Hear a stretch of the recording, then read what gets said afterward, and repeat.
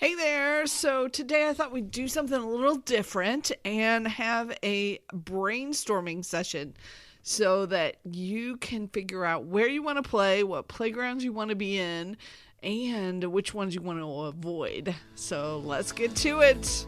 Welcome to the Course Creators HQ podcast, helping you navigate the latest techniques for creating and marketing online courses. And now, here is your host, Julie Hood.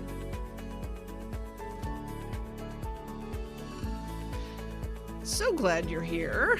It's episode 232. And first thing I want to mention actually is I appreciate you still listening in. The episodes have been a bit sporadic here lately because I have been working so much, which is a wonderful challenge to have, but it's making it tough to be regular with this podcast. So I appreciate you sticking with me, digging up the podcast. I think there's something about Apple Podcasts doesn't load episodes if they're too far apart. So if you can come find me, if you're not getting the episodes downloaded, I'd appreciate it. So thanks so much and for being patient with the scheduling. But let's get into the fun stuff today, which is that I want to talk about how you are marketing your course and give you a bit of a brainstorming list so that you can figure out exactly how you want to do it. And I used to think that if I just learned enough, took enough course marketing courses, that I'd be able to figure out the best one and I could use that and everything would be great. Well, I learned a lot along the way of this process. And the big thing is that there is not a best way to market your course. There are some ways that work better for certain audiences than for others. So what I mean by that is, let's say you really want to work with a corporate audience, then being on TikTok is probably not the place you want to be. Being on LinkedIn may be the place you want to be to connect with that kind of audience. So there are places that are better than others, better playgrounds for you to hang out in. And we'll talk about that a little bit as we go. But here is a list of things that you can focus on to market a little bit better for your online course. So I've got, looks like 10 things on this list. And we'll do it a little differently this week. I'm going to give you all 10 and then I'm going to talk about them so you can have them sort of mulling around in the back of your mind. So number 1 is content marketing. Number 2 is email marketing. Number 3 is collaborating with influencers and affiliates. 4 is offering limited time discounts or bonuses. 5 is utilizing testimonials and social proof. 6 is running paid advertisements. 7 is hosting webinars or live demos. 8 is optimizing your landing page. 9 is creating a referral program. And 10 is leveraging social media. And there is a reason why that is the last one I mentioned. We'll get into that in just a little bit. So, okay, now that we have the list, let's dig in a little further on what I mean. So one of the things I want you to think about tonight is to imagine these different ways of marketing as different playgrounds that you can go hang out in. And some of them are the deluxe playgrounds with the amazing, elaborate slides and really cool toys. And some of them are more basic. And you get to decide which ones you want to hang out in, which ones fit you better, which ones you like, and which ones you're like, don't like this one so much. So part of the challenge, though, I will tell you, and I see this quite often, is not giving the things that you're trying enough time to actually work. And by that, I mean, if, let's say you're posting somewhere and you're only getting 5 or 10 people looking at a post, that's not a good test to know if the playground is any good because you're just not getting in front of enough people. So we want to figure out what's the easiest and fastest way to get you in front of a lot of the right people. And if you can get that figured out, that will be the gold standard. You're at a great place to keep building and scaling and getting in front of new potential students. Okay, so let's go through our ideas here. First one, content marketing. And I love this one because you want to be a teacher, so show your audience basically how much you know.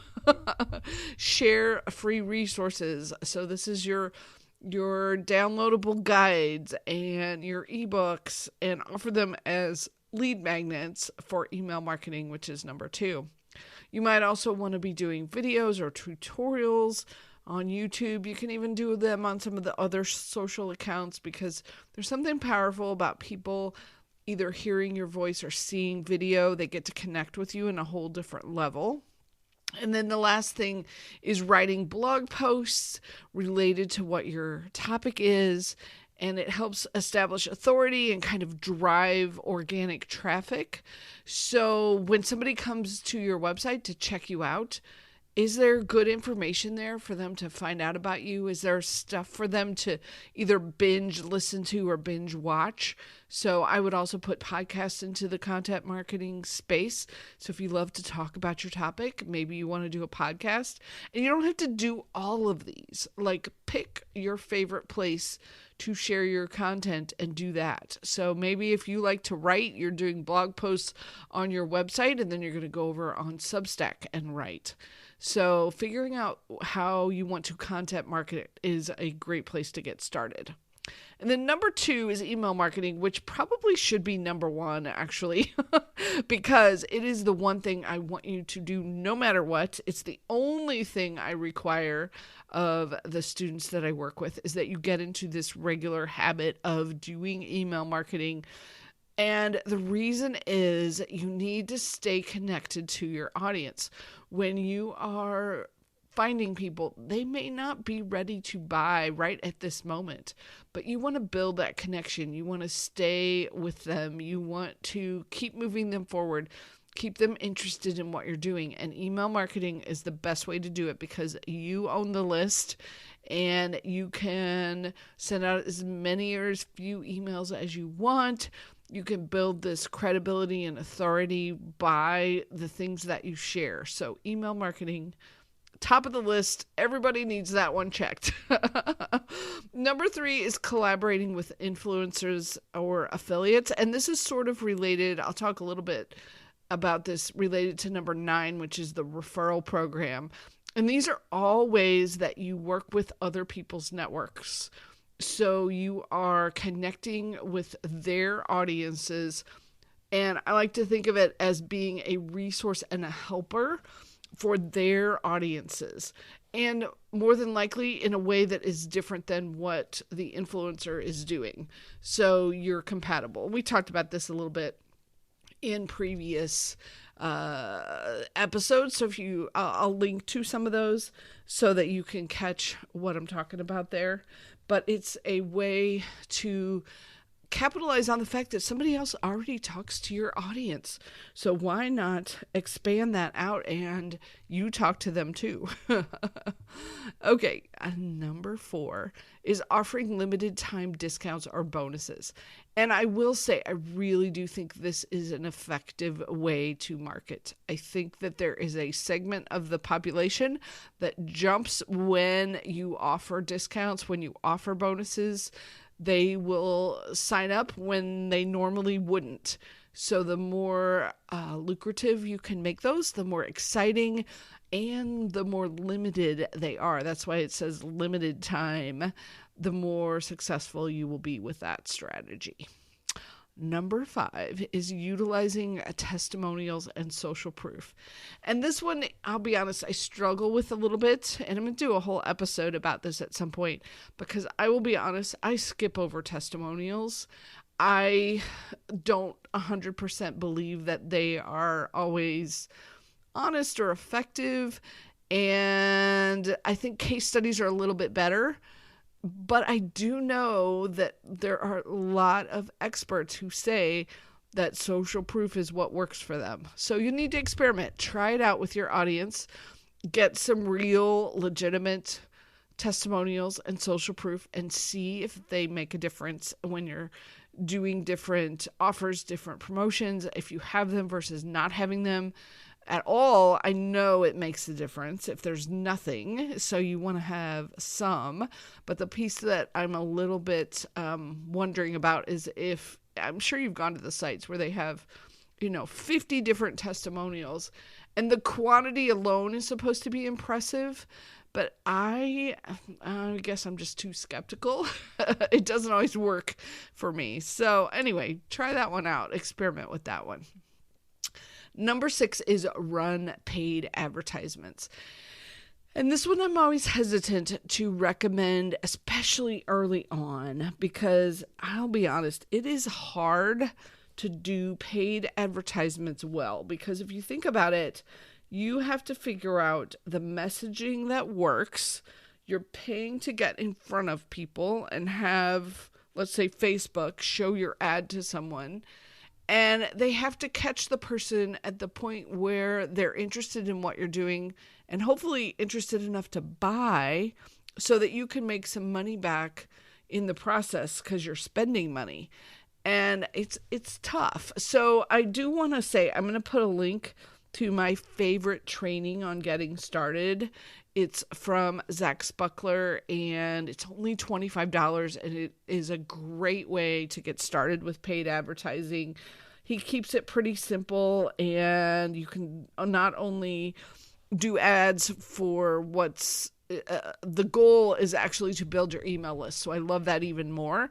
And then you will get the sales later, but he teaches you how to build your email list with ads and then continue from there. So it's an inexpensive program. So I'll have that link for you. If you're really thinking about paid advertisement, definitely start there. And what I do love about that is it is a quick way to get traffic.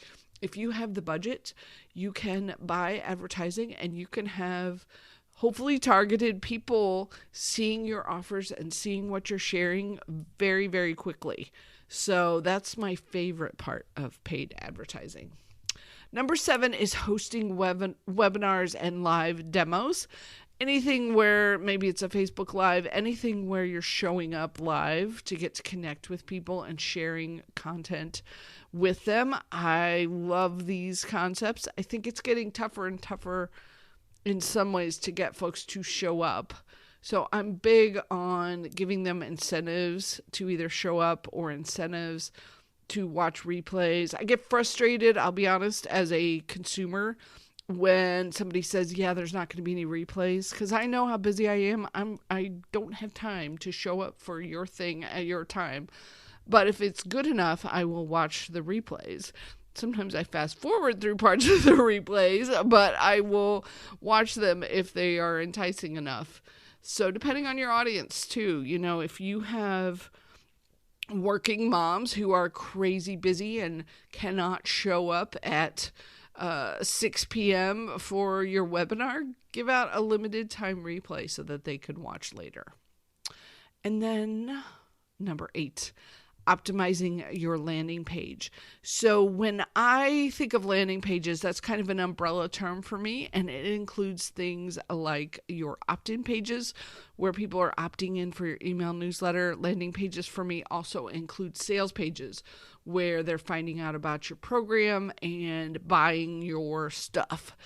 So optimizing those pages to be even better is one of the big things we do as part of the Launchpad coaching program. So you can come to one of the live sessions, say I'm working on my landing page. We will pull it up and give you all kinds of suggestions on how to improve them. There are a ton of things that you can do to improve your conversions. And I actually even give away a landing page that has gotten me crazy high conversions when you sign up. So if you are interested in that, come join us for the Launchpad coaching. And I'll put that link in here too so that you can jump in. It's a great way to get support because I keep it a very small group because I want to be able to support you. Okay, that's number 8, optimizing your landing pages. Number 9 is the creating a referral program.